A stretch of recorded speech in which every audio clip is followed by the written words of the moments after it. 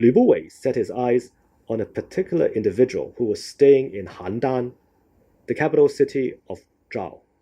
His name was Ying Yiren, who was one of the 20 sons of the crown prince of Qin state, and his name was An Guojun.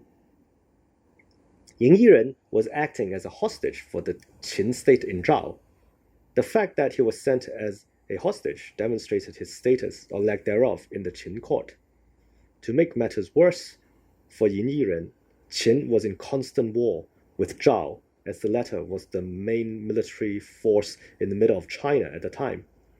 It was during Ying Yiren's stay in Zhao when the Battle of Changping happened in 260 BC. The Zhao general, Zhao Kuo, was said to possess an amazing amount of military theoretical knowledge, but scarcely any real experience. His army was annihilated by a much shrewder Qin general named Bai Qi, with Bai Qi burying 400,000 Zhao prisoners of war alive to eliminate any potential comeback for the losing state.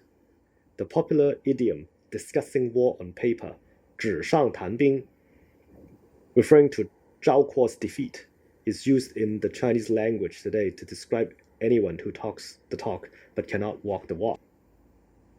However, Lü Buwei found value in Ying Yiren. Whatever his status was with his father, the crown prince, or his grandfather, the Qin king, Ying Yiren carried the Ying blood. The fact that he was sidelined in a major way implied a potential value play. Lü Buwei found his way to meet with Ying Yiren and said to him, "I can make your household great."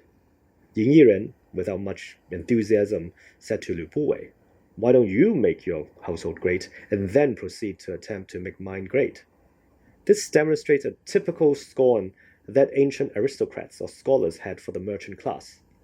The contempt was so great that, just to name an example, in the Western Jin dynasty from 265 to 330 AD, businessmen had to wear a black shoe in one foot and white in another to show that their trade required both good and evil, implying that they could not be trusted. Anyway, Lü Buwei, not to be insulted easily, said, "I can make your household great. I can make your household great, so you could make mine." Lü Buwei then provided Ying Yiren with an idea. He explained that Ying Yiren had little clout in the Qin court because he was the middle of 20 sons, and also his mother, Xia Ji, was not anywhere close to being the crown prince An Guojun's favorite consort. In ancient Chinese court, one of the main rules for the royal family was the son's great value is derived from the mother, and as such, Ying Yiren was at his situation. However, not all hope was lost for the Qin prince. An Guojun had a favorite consort named Huayang Furen. She was from the powerful state of Chu, situated in the middle of China in modern-day Hubei province. Despite her husband's fondness for her, Huayang Furen did not have any sons. This brings to another rule for the royal family. The mother's great value is derived from the son. This was usually applied to situations where the powerful man was anxious for male heir, but that was not the case in An Guojun's situation. However, if a consort or empress lacked a son, her status would fall with the death of her husband. A son, in fact, was the long-term guaranteed annuity for the consort.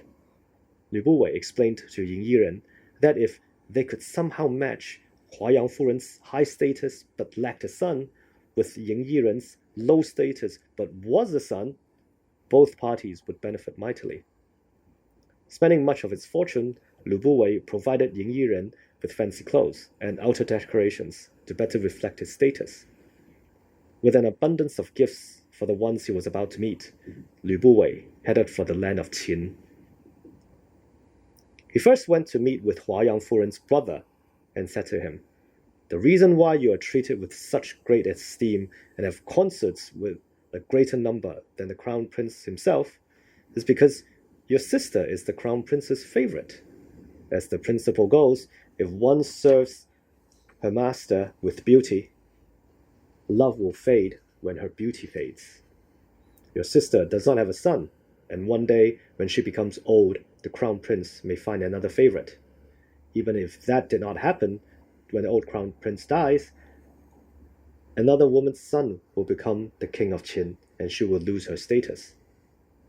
I have a solution for her, as there is a desperate son of the crown prince, Ying Yiren, who is currently in Zhao and could be her adopted son. Please convince your sister to meet me, and I will explain the situation to her. Lü Buwei then met with Huayang Furen's sister and told her a similar account as he did with the brother. Both of the siblings went to see Huayang Furen and explained that it would do her good to grant Lü Buwei an audience. The businessman met with the consort and illustrated that her biggest risk for the future was the lack of a son. He further diagnosed for her that the current king of Qin was 70, and her husband, the crown prince, would ascend to the throne soon. When her husband became king, he would have to name an heir. With so many other consorts having sons, Lü Buwei warned Huayang Furen that her status would deteriorate rapidly and her future well-being would be at risk. He then told her that a certain Ying Yiren, one of the 20 sons of her husband, who was stuck in Zhao, thought about her every day and wished for her peace and wellness. It would be an honor and blessing if she could take Ying Yiren to be her adopted son. Most importantly of all, Ying Yiren's mother was of little importance and would not pose any threat to her should she adopt him as a son. With that arrangement, Ying Yiren would naturally become the heir to An Guojun, as Huayang Furen was the main consort at the time.